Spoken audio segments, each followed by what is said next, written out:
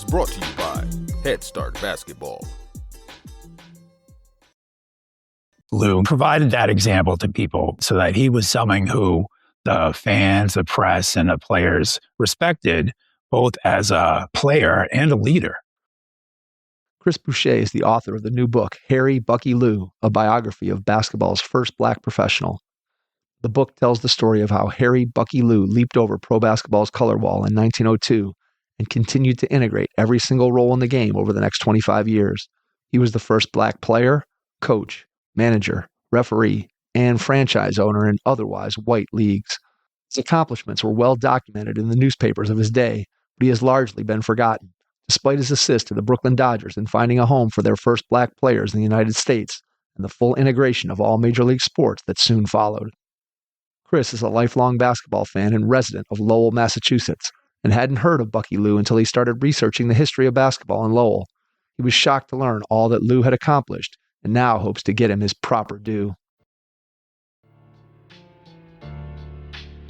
Hey, Hoopheads, I wanted to take a minute to shout out our partners and friends at Dr. Dish Basketball. Their Dr. Dish shooting machines are undoubtedly the most advanced and user-friendly machines on the market. Learn more at drdishbasketball.com and follow their incredible content at Dr. Dish B-Ball on Twitter, Instagram, Facebook, and YouTube. Mention the Hoopheads podcast and save an extra $300 on the Dr. Dish Rebel, All-Star, and CT models.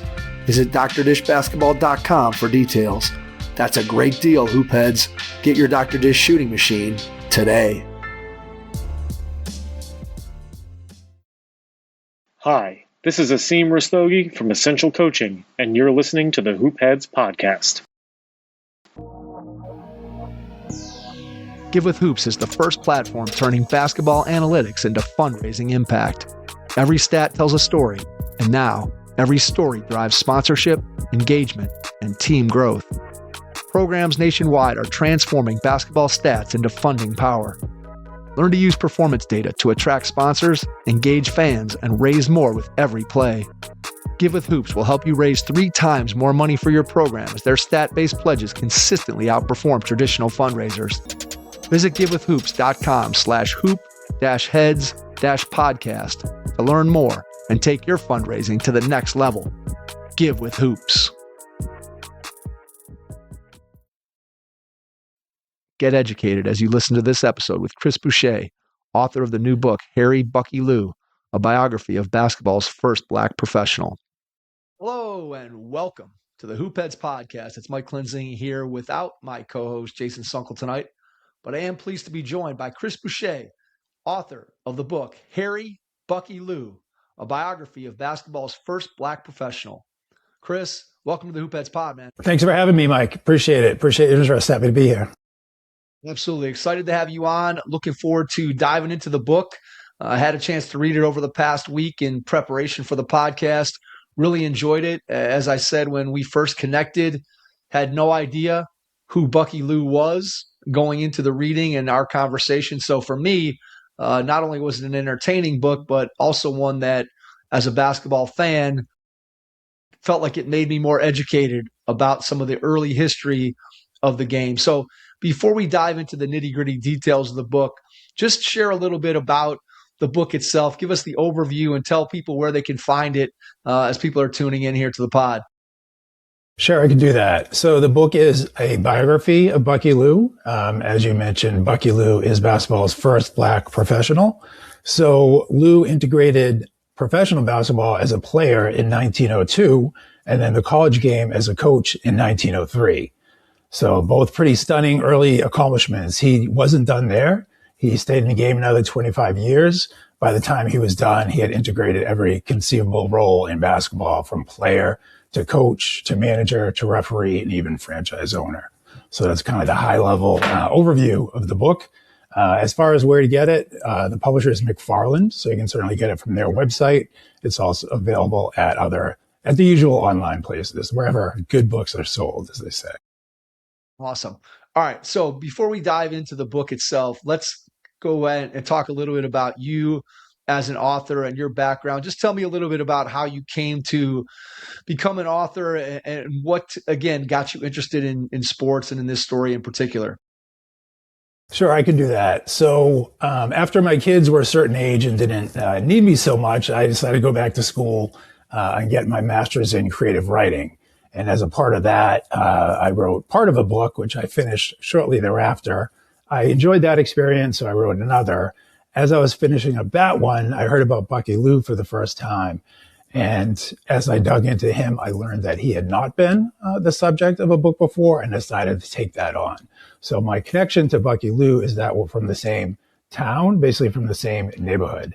So even though I was a lifelong Lowellian from Lowell, Massachusetts, and that is the same town that Bucky Lew is from, and actually my grandparents were in the same neighborhood that he was. When he was finishing up his playing career, I had not heard of him previously. So I wanted to look into kind of old time basketball in my own backyard after learning a little bit about it, after reading another book by Douglas Stark. And when I looked into it, I discovered that a neat fact was that my old neighborhood had a basketball team. But even more interesting than that, it was actually the first integrated professional basketball team in the US. So it's pretty much done by that. Tried to learn as much as possible about that. That led to one book. I tried to move on from Bucky Lew and write another one, but because I was researching things in the same era, I kept uncovering new facts. And so I decided to do a second book. This one is full nonfiction with all 600 citations, which I was pleased to be able to use. And so I figured that at that point I had, done what I, kind of had set out to do, to write the book that Bucky Lew deserved. All right, so let's start with just the process of researching the book. Throughout the book, you obviously have lots of quotes from newspapers at the time and descriptions of games and descriptions of players being assigned to teams, players switching teams, accounts from fans, and different things. Again, all from newspaper sources. So just tell me a little bit about the research process for the book and how you go about, how do you find those newspapers that are 100 plus years old and go back to those and be able to pull anything out that you can actually turn into a cohesive story like you did? So that's a great question, because at first I didn't know. So when I first stumbled into Bucky Lew, he had popped up in a Google search. It probably said the typical kind of footnote treatment that he gets, that he was basketball's first black pro and nothing else. But I had written a book by Douglas Stark, who wrote the foreword for the current book, about early basketball in the 1920s. It was actually about a Jewish team. So I decided I wanted to look into my own neighborhood, as I had mentioned previously. So I asked him, like, what do I do? I wasn't sure that I'd get a response, but he actually responded immediately. And he highlighted the fact that in my hometown in Lowell, Massachusetts, I could go to the UMass Lowell Center for Lowell History, which had an archive on Bucky Lew. So that really got me started, exposed me to kind of the length and breadth of his career. And from there, I knew I had a lot more research to do. So I went online, basically. I was fortunate in that when I developed an interest in Lew, a lot of the older newspapers in the area had been digitized. So I was able to access them online and do keyword searches instead of kind of flipping through old newspapers or even the microfiche. So that really helped a lot, especially when you consider the fact that he had a 25-year career. So yeah, a lot of that online, old newspapers. There were a couple of people that were still around that had connections to him. For example, his granddaughter still lives in the Boston area. I was able to meet with her a couple of times, talk through things with her, still trying to maintain contact as we try to do more for Lew going forward. Also, I uncovered a son of a teammate of Lew's when he was finishing up his career in the 1920s, and I was able to speak to him. Now, he had not seen Lew play. He had not seen his father play, but he remembered hearing the stories.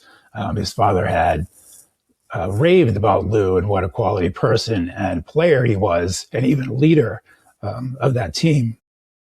So that's really the bulk of my research. So a lot of newspaper reading, but it was nice to talk to a couple of people that had a direct connection to him as well to help make it real. With all the accomplishments that you mentioned right off the top in terms of integrating the game in so many different ways, why do you think that Bucky Lew is a guy that was sort of lost to history because, again, before you and I connected, never heard of him. I had no idea that he even existed. Why do you think that he's been so overlooked in history? Yeah, so it's a good question, and it's one I can relate to because about 5 years ago, I had no idea who he was, even though I was a basketball fan. So I think part of it is just the era. So, like a lot of basketball fans, I knew the game was invented in 1891. I knew the NBA started in about 1946. I didn't know what happened in between. I didn't wonder about what happened in between, I suppose, because no one's really promoting it. So the NBA wasn't around then, so it's not part of their history, so they have no reason to talk about it. That's unlike baseball, because you did have Major League Baseball going way back, and they still kind of connect to that history today. So I think that's part of it. Just the fact that it's a lost era almost in basketball. Another factor I think is once you start to look into it, you realize that basketball is somewhat different than it is today. I mean, I think you could call it the dead ball era of basketball, similar to how baseball has its dead ball era because the scores were much lower. These teams, when Lou was playing, were scoring in the 20s and 30s for a lot of reasons. Similar to baseball, they had crude equipment and also very challenging court conditions to play under, as well as kind of a defensive mindset by the people running the leagues. So I think that those factors, like no one's necessarily promoting it, and then anyone who goes in and does their own research, their first impression is not going to be necessarily positive since the scores were much lower than they are today. So for example, if you go in and see Bucky Lew average 4 points a game, at first glance, if you're thinking about today's game and how the scoring goes, like, wow, he didn't know how to play. He couldn't shoot. Like, what's happening? Not knowing all of those other conditions that I had mentioned that influenced that. So I think those are the two kind of primary reasons. Talk a little bit about the appearance of the game, right?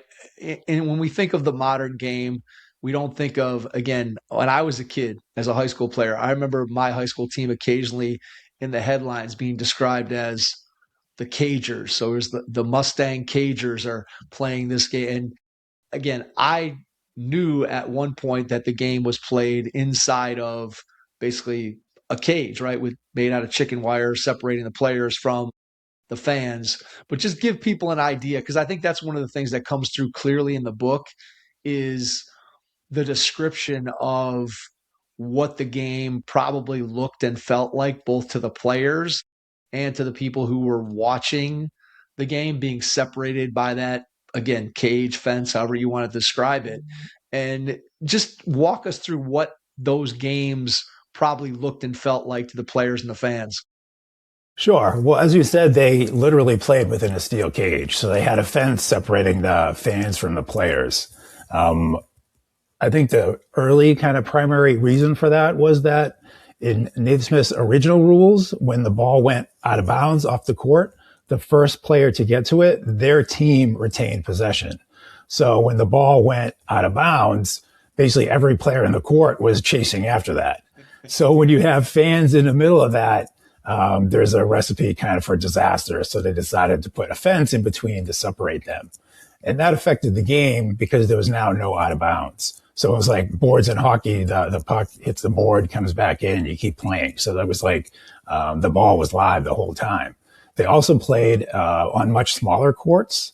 They were probably about half the size of the courts that players have today. So you really had this massive guys on the smaller court, a lot less room to move. Bucky Lew said that you had hardly time to breathe, never mind to think. So it was a lot of rapid action, balls bouncing off the fence, guys bouncing off the fence too. It was a lot more physical game as well. That was one of the things, especially with regard to Lew's league, the New England League, because the managers thought that scoring was too high, that fans didn't want to see scoring. They actually abolished free throws. So there were no free throws.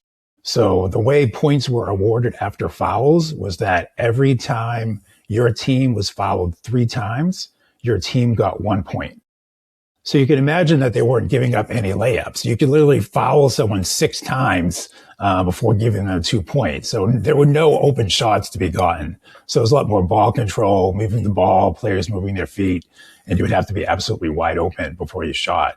They also shot a lot of set shots. So they're shooting from like waist level. That's also hard to get off in a crowd. I did come across, you don't hear a lot about it, but I did come across some guys who were shooting kind of like hook shots. It wasn't described as a hook shot. The reporters of the day said they were kind of like flipping it over their head.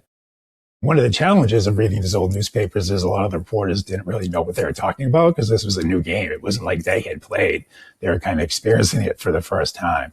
So it was very challenging to get space to get a shot off and then for that shot to be converted. There were also no backboards in Lew's league as well because, again, the managers were trying to keep scores down. They didn't want any shooting aids to help those players. The ball was not quite the ball that players have today either. The players of that era described it as a lumpy pumpkin. So it was bigger. It was handmade. It actually had laces on the outside. So a lot of times it kind of knuckleballed around. It was hard to dribble or pass. And if you shot it and the laces hit the rim, you weren't sure which direction was going to go. And again, there was no backboard there to help the ball kind of like drop in. The ball was a little bigger than the one they use today. And they actually shrunk the rims after Lew's first year, again, to keep those scores down. So it was a challenging game, especially to score, to say the least. And then talk a little bit about the physicality. Yeah, so it was a very physical game, as you can imagine, given what I described about the lack of free throws. There was also only one referee, so they could only see so much. And a lot of times they were discouraged for making a lot of calls from the players that were surrounding them, as well as kind of the rowdy fans. So it was a much more physical game. There were fistfights were pretty common. It wasn't necessarily always a foul or always a reason for ejection. So they did have an official rule where there was 5 fouls allowed for each player. However, oftentimes the managers of each team waived it because they didn't think the fans wanted to see good players thrown off the court. And also the teams were much smaller in those days. Typically they only carried 6 guys. So basically you had your 5 starters and then an emergency substitute, which they didn't often like to dip into. So for those reasons, it was certainly a much more physical game. Tell me about the organization of the league and leagues themselves in terms of just being regional. And obviously today, right, we're thinking about a basketball fan today thinks about a professional league as being one that covers the country, that is a much bigger entity. The entities that Bucky Lew was playing in are much smaller. They're regional. There's a smaller number of teams. But just to give people a sense of kind of how those leagues were organized and how that allowed Bucky Lew to get involved and to be able to be a part of those leagues. Sure. So basketball leagues certainly had a much smaller geographical footprint than they do today. And even if you think of baseball, which was kind of the number one sport of that time, they didn't have a true national league. I mean, even in the 50s, I think the Celtics were only going as far west as St. Louis. Like that was, you couldn't call it the West Coast, but that was like the westernmost team. So, and basketball was similar. So you had in 1898, the first pro league started, and basically you had one in the Philadelphia area that called itself the National League, but it was really only Philadelphia area. And then some teams in southern New Jersey as well. And then he had one starting in Massachusetts at about the same time. And so those 2 leagues kind of coexisted for a while. As Lew's career advanced in the New England League, the National League failed, and their players came up to the New England League. So that's why it's described as being recognized as a major league of its day, because all the best players went there. So even though it was mostly teams from Massachusetts and New Hampshire, they were recruiting talent from New York, Pennsylvania, and New Jersey as well. And so that was kind of the circuit. He had those 2 circuits. Players took trains to jump around to their games. That's kind of how they traveled.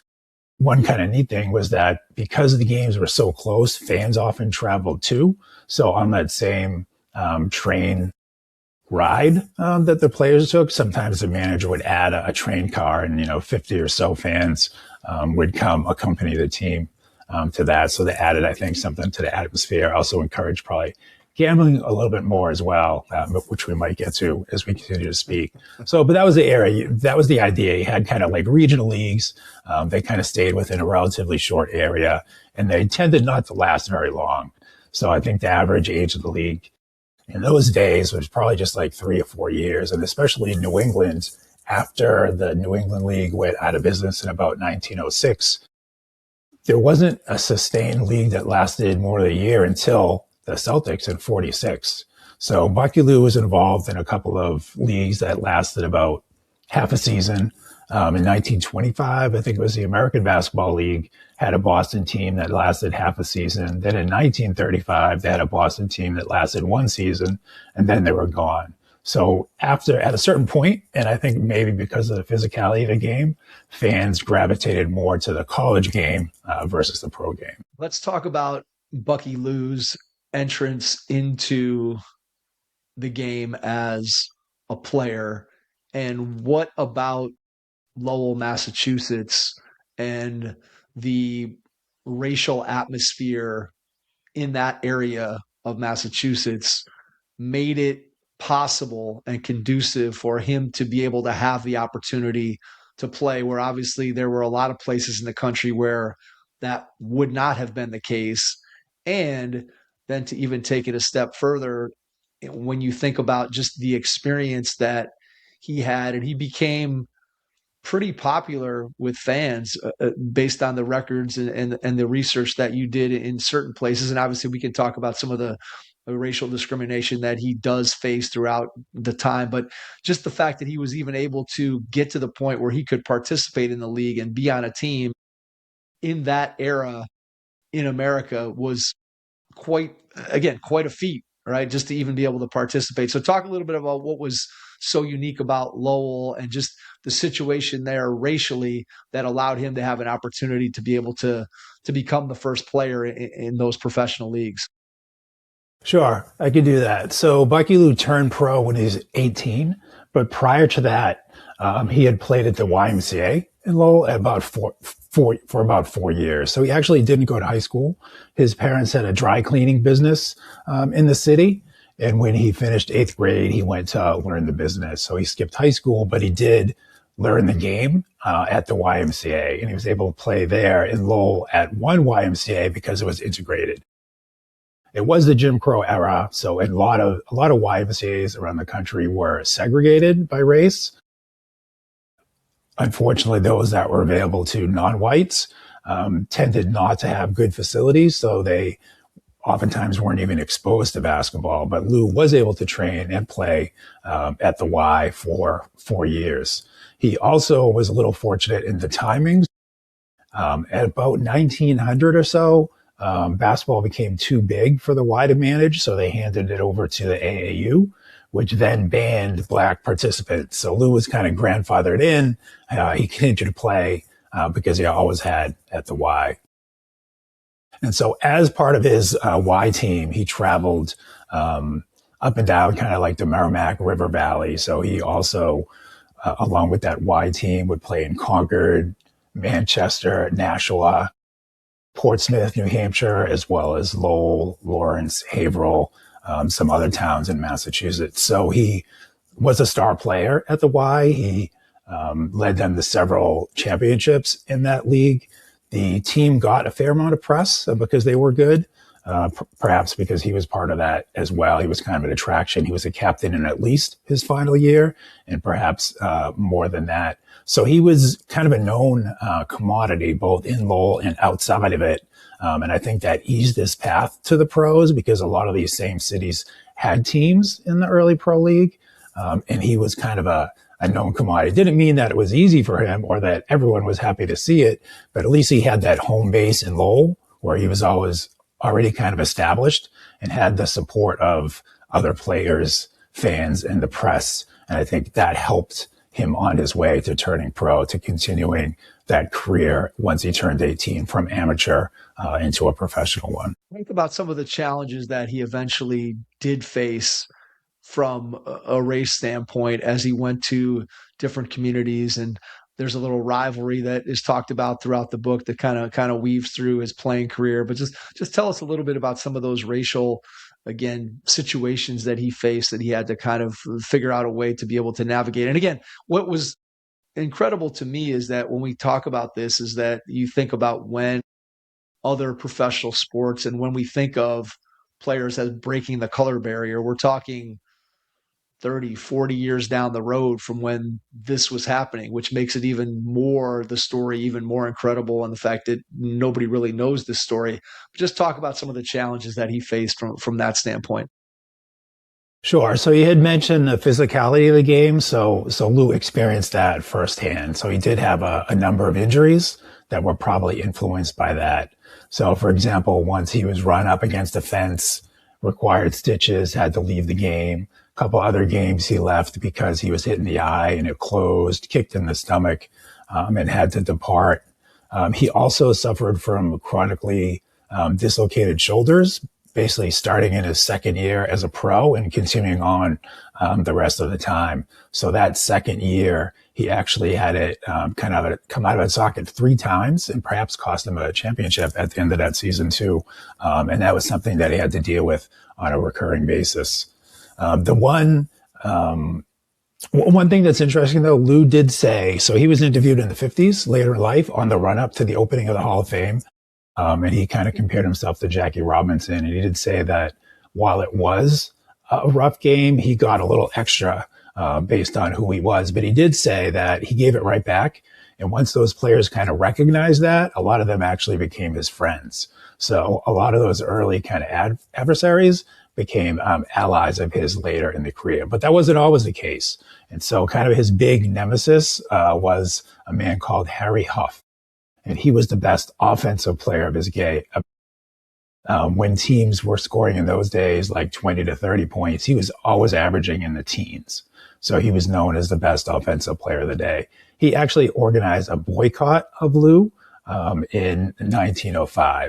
So this was kind of a big deal because the other leagues in the area had closed and all of the talent came over to the New England League. Were centered around Lou's team. He was playing in Haverhill at that point, and Huff's team, I think they were representing Natick at that point. So these are basically like 2 super teams. Most of Lou's teammates were from New York. Most of Huff's teammates were from kind of the Philadelphia and New Jersey area. So these were the 2 best teams in the league. And it was towards the midseason. There was a game on the road for Huff. So this was at Lou's current city of Haverhill. The fans were excited because you had the 2 dominant teams in the league playing each other. It looked like it was going to be a championship preview. However, Huff led his teammates in refusing to participate in the basketball game while Lou was on the court. So they actually did take the court, but they wouldn't move until Lou left. So early on, the only times they actually did move was when Lou's teammates were throwing the ball at their heads and they had to dodge it. So it almost got ugly. The fans were really fired up. They wanted to see Lou face Huff. However, Lou sat down. Kind of surprising considering the way it might have gone, I suppose, but he may have had some inside knowledge. So at any rate, he sat down. The game went on, but afterwards the league had an emergency meeting. They decided that they would remain integrated. They fined Huff and his teammates for their actions. They said they would expel them from the league if they tried that again. So seems to me that Lou kind of saw the bigger picture and probably speaks to his character a little bit too, that he kind of removed himself from the moment, perhaps saving the Natick players from going through from experiencing a riot, kind of seeing the bigger picture of that if he, just bit his tongue and maybe showed a little bit of patience at the moment, that in the longer term, things would work out for him, and they did. Yeah, again, you can only imagine what that must have been like to be able to try to hold your tongue in those situations and to be able to see that bigger picture. And it speaks to the character that he demonstrated throughout the story. And you can tell, again, from the research and the different articles and just the way that things seemingly went for him throughout his career, that yes, he faced these challenges, but it seems like he always figured out a way to maneuver to his next opportunity to continue to allow himself to participate, whether as a player, and then eventually he becomes a franchise owner as, again, another new league gets started up and he wants to be involved in it. So tell me a little bit about that process of how he got to how he got to be a franchise owner, again, in an integrated basketball league as the first African American to do so.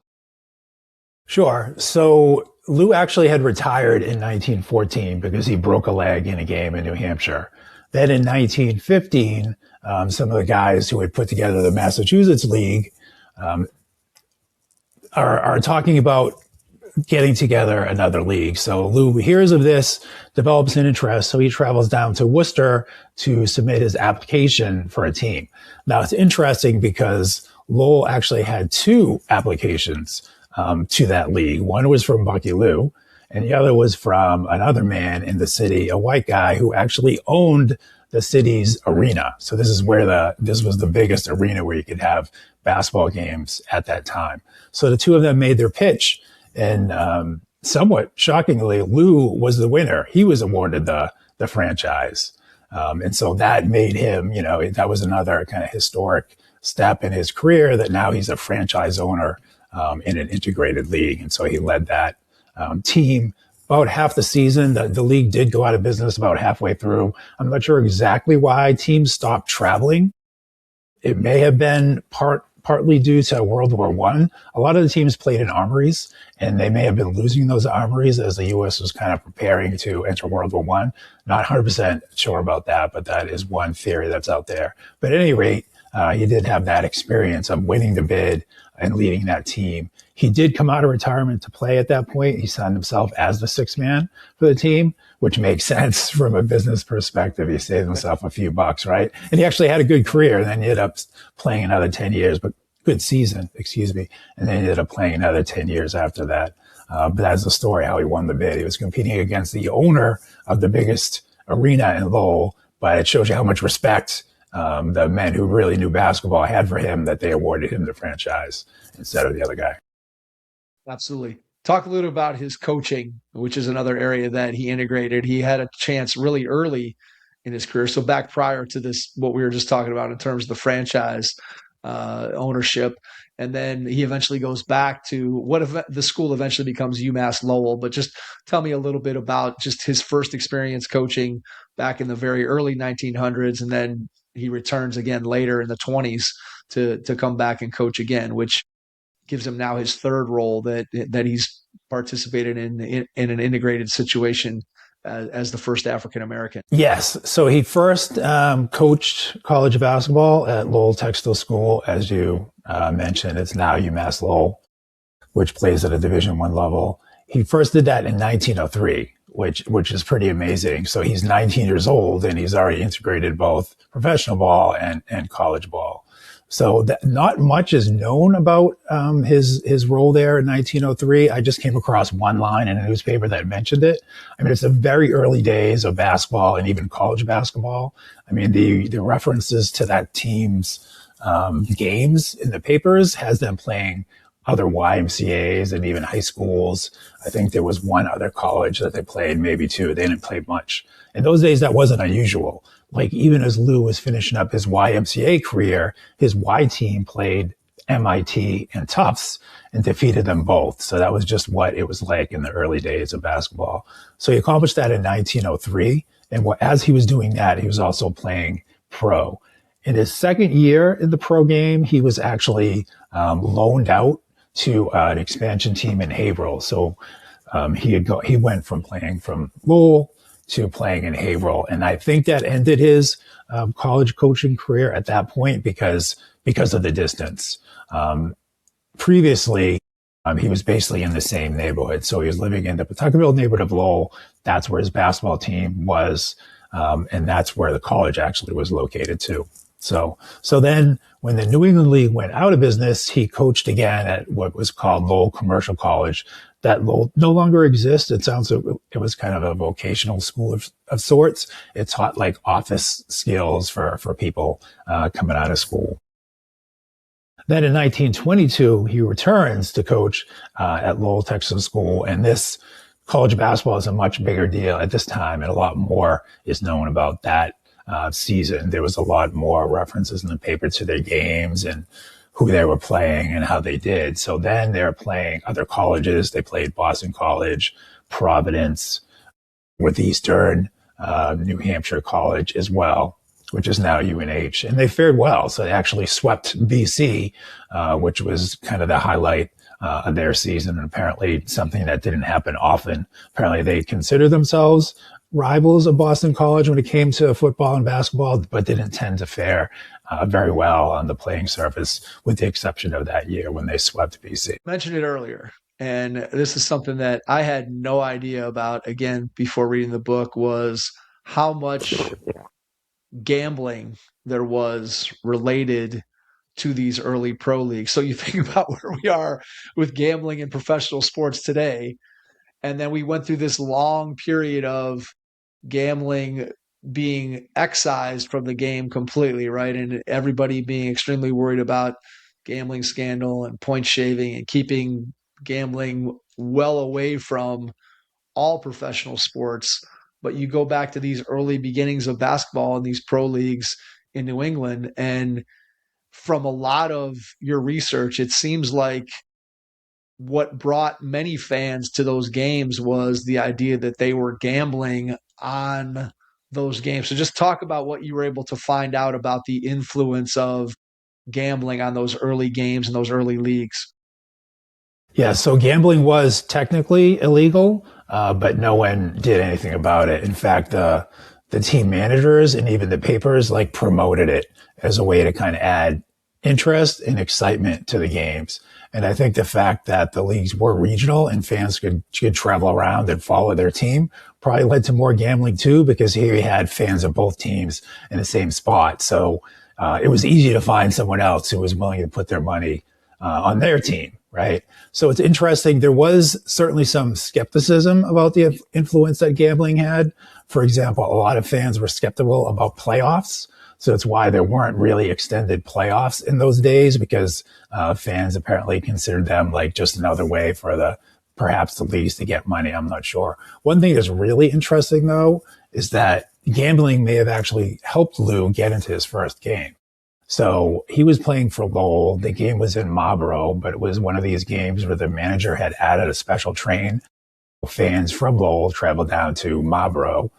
The paper said about 50 or so fans made the trip. So Lew was actually a substitute, and his manager had actually told him not to expect to play. It sounds like he was taking some heat from the local newspapers about the Bucky Lew, the local Y-Star. So he added him to the roster, maybe to placate them, but it sounds like he didn't necessarily intend to play him. However, since there was only 6 players and one of the players, I guess, re-injured himself during the warm-ups, the manager tried to play 4 against 5 to start the game. Now, the fans from Lowell who had made the trip freaked out based on the kind of unfairness of it. And it seems likely that they probably had money on the game. Like, why else were they traveling down to see this? Why were they so upset? I don't know that. That wasn't reported as a fact, but it seems kind of likely that the fact that these folks had money on the line and were very upset about it actually enforced some kind of fairness and some, I guess, perhaps meritocracy to that game, to make sure that they wanted the 5th guy to get in that game. They wanted the Lew to get in that game. They probably thought they had an ace up their sleeve because they might not have expected the road fans to know anything about Bucky Lew or who he was. So they seemed pretty anxious to get him in the game. And then once he played well. And that was the end of the story. He signed a contract like the next week, and he was a fixture with the team the rest of the way. It was super interesting, just again, to hear the different accounts of the games and the seasons, and how much, again, that gambling was a factor, both the fans and then sometimes, right, the managers of the two teams betting on their particular game and putting money on their own teams, which again, when you think about the way that sort of professional sports have handled gambling in the past and even now, obviously how regulated it is, it's funny that you just would have the two managers like, hey, we're going to bet X amount of dollars on this series of games or this game. And so it's just, again, speaks to a different era of American professional sports, clearly, when you go back 125 years or so. Yeah, so the managers would agree on some pot for the game, and then they would have the newspaper hold on to it. So the newspaper would be holding $500, and the winner of the game would get that. One other interesting aspect of it, and I'm not promoting gambling by any means, but it is interesting, I guess, because it's so different. There was a story about a game that went down to the wire, and the timers disagreed about how much time was left. It was like a 1 point game, and one timer said each team had their own timer. One timer said there was 10 seconds left. The other one said the game was up. And the timers actually got into a fight, which led to a bigger fight. And then the referee called the game off, and the paper said called the bets off. So I don't know what authority the referee had to call the bets off, but he did it that night. And then the newspaper, I'm sure it was fun to try to give everybody their money back. That I'm sure had to be a good time figuring all that out. So, yeah, it was just there's a lot of stories that you have kind of the basic outline of putting it together. It would be a really interesting thing to be able to go back and get some to be able to see that, right? To be able to see one of those games, to see what it looked like, to talk to some of the fans and to really get a feel for, again, filling in some of those details that you were able to get through your research and to bring it to life, right? To be able to talk to some of those people and hear what that was really like. Because just, again, from your vivid descriptions, from doing the research and reading those newspaper accounts and putting it all together, it makes for such an interesting story that I think most basketball fans probably didn't know that this world of early professional basketball existed. As you said, yeah, we know that the game was invented in the late 1890s, and yet there's this whole period from the time that Naismith invents the game until the NBA starts, and we kind of have records. And obviously there's the New York Rens, and there's things that are going on in professional sports that maybe some people have heard of, but for the most part, a lot of this, again, has been lost to history. And I think by you bringing up not just the Bucky Lew story, but just the history of the game itself, I think is, again, extremely interesting to anybody who's a basketball fan to look back on the early years of the game and to look back at the contributions that Bucky Lew made, again, as that first African-American to integrate really three different areas as a player, as a coach, and as a franchise owner. It's really an incredible story. Yeah, thank you. Yeah, I mean, to me, I think it's a fascinating era. I'd love to watch one of those games. I mean, think about it. Yeah. They were playing within a cage. There was no out of bounds. There were basically no stoppages. So they had 3 15-minute periods. So they had just those 2 breaks, and they just kept going. Not necessarily a lot of scoring going on, but there was certainly a lot of action, and that's the way that it was described. And then Lew's part of it to me is incredible too. So if we say that he integrated both professional and college basketball by 1903, like he's way ahead of schedule. So the grandfather of black basketball, Edward Henderson, and the father of black basketball, Bob Douglas, hadn't even seen the game yet. So Henderson was exposed to it in Harvard in 1904, and then Douglas saw it in New York City in 1905. So they hadn't even seen the game yet, and Lew had already integrated it. So pretty fascinating. I mean, there wasn't a flood of integration after that. That didn't come until a generation later, when the Dodgers and Jackie Robinson made that happen. But still, at least he had provided that example to people, right? So that he was someone who the fans, the press, and the players respected, both as a player and a leader. Absolutely. And then you just mentioned the Jackie Robinson piece of it, right? And believe it or not, audience, Bucky Lew had a indirect connection to facilitating the Dodgers bringing their African-American players along by looking for a minor league city that would be accepting of those African-American players coming and playing there. So Roy Campanella, Don Newcomb, 2 players who eventually make it to the major leagues with the Dodgers, and Branch Rickey is looking for a place to have his minor league team play that he feels will be accepting of African-American players. So you take the story from there and Lew's connection to sort of indirectly contributing to making that happen. Sure. So Jackie Robinson, everyone knows, was signed by the Dodgers. His first season was actually in Montreal. So he plays a season of minor league baseball in Montreal. So the Dodgers really want to integrate their organization. So they need more players and more teams. And so when they're making their calls to find that other kind of integrated minor league team to feed some of these other black players into, they get a lot of rejections. So they really struggle to find a host for that team until they reach a newspaper editor named Fred Dobbins in Nashua, New Hampshire. And he assures them that their black players would be welcome there. And you wonder, well, how would he know that? Well, it turns out that he was a basketball star in high school, and his teams played at halftime of Lew's games in the city. So Lew was running an independent team out of that city. At that time, Fred Dobbins played at halftime of his games, and so he knew kind of what a beloved figure Lew had been, and suggested to the Dodgers that their players would be as well. So as you mentioned, they added a couple of their players, Don Newcomb and Roy Campanella, to the Nashua roster. Excuse me. They were well received. They were a success. They eventually made it to the majors with Robinson. The Dodgers, with that team, won some pennants in a World Series. And then once the rest of kind of Major League Sports saw the successful model that they had to put together, they copied them. And so that led to the full integration of Major League Sports. It's kind of amazing when you look at sort of the step-by-step connection and think about the role that Bucky Lew played in integrating the game as a player, as a coach, as a franchise owner, and then this indirect connection, his influence, right? His popularity in being able to do something that not many African Americans were able to do at that point in our country's history, which then enabled someone else who saw that.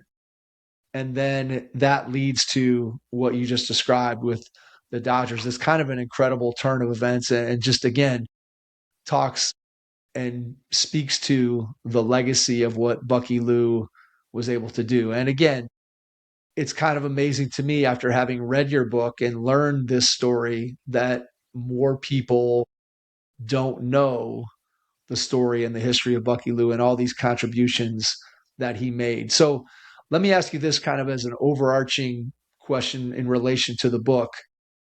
What is the one thing, if there was a piece of the puzzle that when you were doing your research that maybe you wish you could have found, or a firsthand account of something that maybe you only had a small description to go on? What's the one thing that if you could have found sort of that golden chip of research that you feel like would have been super interesting to find, if that question makes any sense? It does. And I'm not trying to dodge the question, but I think I found it with the Fred Dobbins connection, because that makes all the difference. Because before that, Bucky Lew is just kind of a one-off. He's the footnote that he's been treated as, right? But once you find that connection, hold on, excuse me 1 second, getting my late. You're good. Here again. All right. Sorry about that. So yeah, I think I found it. And I think that connection is Fred Dobbins. And again, that's what separates Bucky Lew from kind of the footnote that he's treated as, to someone who has a more lasting legacy and actually did assist the Dodgers and did have that influence on the full integration of Major League Sports. And we're lucky because Dobbins wrote about it.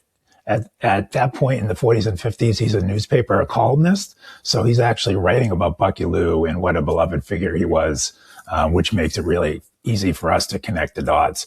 So I don't know what more there could be really, because so you're going from to the first guy to integrate basketball in all these different roles, right? To someone who is, giving Jackie Robinson that assist, in the 40s, which ultimately leads pretty quickly to the full integration of Major League Sports. It is that connection, right? It is that, like we talked about a minute ago, it's the one to the next, to the next, to the next. And then you get to that bigger picture of what it all means. And I think that that's where, again, this story is so unique in that people don't know about it. And it sort of follows this timeline that eventually starts out very regionally, very small, with a sport that, let's face it, in the early 1900s is a very niche sport that not very many people are paying attention to. A small professional regional basketball league, and then eventually it leads to a story that becomes part of the national consciousness and is a huge story that impacts the history of this country in so many ways. And yet you can tie it back to Bucky Lew being a professional basketball player in an integrated league at the age of 18. It really is something that, again, more people certainly should know and read and understand the story of Bucky Lew and his contributions that he's been able to make to the game. Let me ask you this. So, in the course of doing the research for the book, was there a person that was the most helpful to you in writing the story? Was there somebody that was a historian that pointed you in the direction of, hey, these are the newspapers you should be looking at? Was it, again, I know you said you talked to his granddaughter. Who was it? Who was the person, if you had to point to one person that was the most helpful in making this story come to life, who was that person? So I'm going to give you a 1A and a 1B. So 1A is Douglas Stark, who got me started, right? So his was the book that I read about 1920s Jewish basketball that got me thinking about this, 50-year period of time that I had never considered before, like what was happening between the invention of the game, and the NBA starting. But then the 1B is Lew's granddaughter. So it was an incredible experience for me to have done all this reading about Bucky Lew. So I kind of knew what was happening with his career. And then to be able to sit down and look at her and talk to her, that really made it real. Like, she looks like him. I could imagine kind of what he was like, as well. And so that made it real, gave it that like physical presence. So without those two, it certainly wouldn't be the same. Like, I wouldn't have gotten started in the first place, and then it wouldn't have become like a real thing to me either if it was just reading old newspapers and never meeting anyone who actually had a direct connection with him, who was a family member, who remembered him, who had good memories of him and could talk about him in that way. So 1A and 1B, if that works.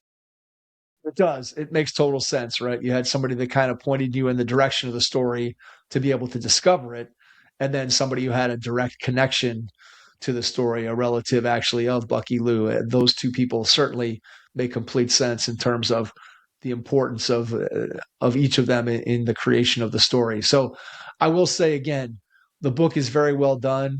To anyone who's out there listening, if you like basketball and you like history and you combine those two, this story is one that you probably haven't heard before. It's told in a very unique way. And I think, again, Chris, you did a great job of researching it, and to be able to include all the different newspaper quotes about the game. As you said, what's funny is to kind of read those quotes from the eyes of somebody who it may have been experiencing the game for the first time themselves, trying to describe it. And I really enjoyed all the clips that were a part of the book. You've got some old photographs from newspaper of Bucky and his teams and at various ages. I know you said that one of the things that came out in the story is that he didn't like to have his photograph taken. So a lot of times that the picture of him when he was a player was from when he was very young. Even when he got to be a little bit older in his career, he was still using the same photo of him from when he was younger. But there's just a lot of great information in there for fans of the game and to learn about a figure that probably, again, most people, I'm guessing, who are part of our audience, Chris, don't know who he is the same way I did and the same way you didn't going back 5 or 6 years. And so I would highly recommend going out and picking up a copy of the book. So before we get out, Chris, I want to give you a chance again, share how people can get in touch with you, share how they can get the book. And then after you do that, I'll jump back in and wrap things up.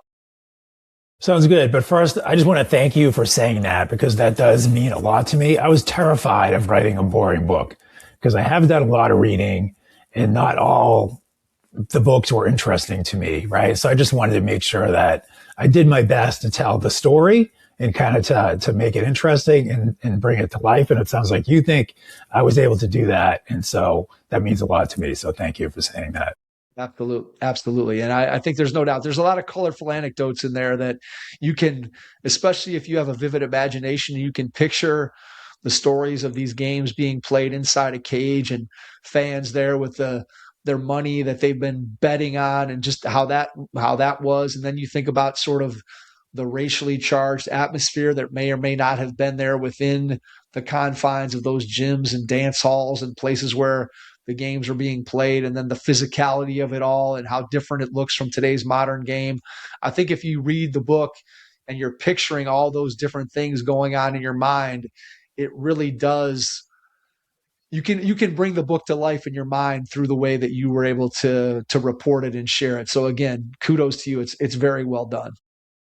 Awesome. Thank you. Yeah, that means a lot to me. I do appreciate it. And then as far as promoting a book, yeah, sorry for interrupting. But yeah, and I'm sure you'll put it in the show notes, but the publisher is McFarland, so you can get it from their website. If you have a preferred online vendor, that's fine too. It's, nice to support local bookstores. So if you would like to purchase it from a local bookstore, go ask them to order it and stock it, right? So that would be, I think, an appropriate way to support a local bookstore. They may or may not have it in your bookstore, depending on where you are. I think the father from Massachusetts, probably the father it is to find. So ask them to stock it. The only other thing I was mentioned is my website is chrisboucher.net. I'm sure that will be in the show notes as well, but that is a way to kind of see the latest that I'm doing to try to get the word out about Bucky Lew, and has contact information as well if anyone wants to get in touch. Chris, we will have all that in the show notes. So anyone who's listening to the episode, just jump on hoopheadspod.com, grab the show notes, and you'll be able to get some direct links to be able to order the book and get it in your hands. And like I said, I think if you're a person who loves the game of basketball and enjoys learning about the history of the game, you will love this book about Bucky Lew, because again, I think most people, I'm guessing, the same way that Chris and I maybe didn't know the story before we were introduced to it, I'm guessing there's a lot of people that don't know his story. And again, it's one that I found to be extremely interesting, and one that I had no idea was a part of the history of the game of basketball. So again, Chris, thank you for writing the book. Again, I think you've done a great service, not just to the human being that Bucky Lew was, but also to the game of basketball. I think that it's just something that more people need to know, that story. So thank you for writing the book. Really appreciate it. Thank you for sharing a copy of it with me. And anybody in our audience, please go out and pick up a copy and support Chris and his work. And I think you'll be more than happy with whatever money you spend to be able to get the book in your hands and read it. It's a story that needs to be told. And Chris, I'm glad that you were able to tell it. So thanks to you, and thanks to everyone out there for listening. And we will catch you on our next episode. Thanks. Your first impression is everything when applying for a new coaching job. A professional coaching portfolio is the tool that highlights your coaching achievements and philosophies, and most of all, helps separate you and your abilities from the other applicants. The Coaching Portfolio Guide is an instructional, membership-based website that helps you develop a personalized portfolio. Each section of the Portfolio Guide provides detailed instructions on how to organize your portfolio in a professional manner. The guide also provides sample documents for each section of your portfolio that you can copy, modify, and add to your personal portfolio. As a Hoopheads Pod listener, you can get your Coaching Portfolio Guide for just $25. Visit coachingportfolioguide.com/hoopheads to learn more. Thanks for listening to the Hoop Heads podcast, presented by Head Start Basketball.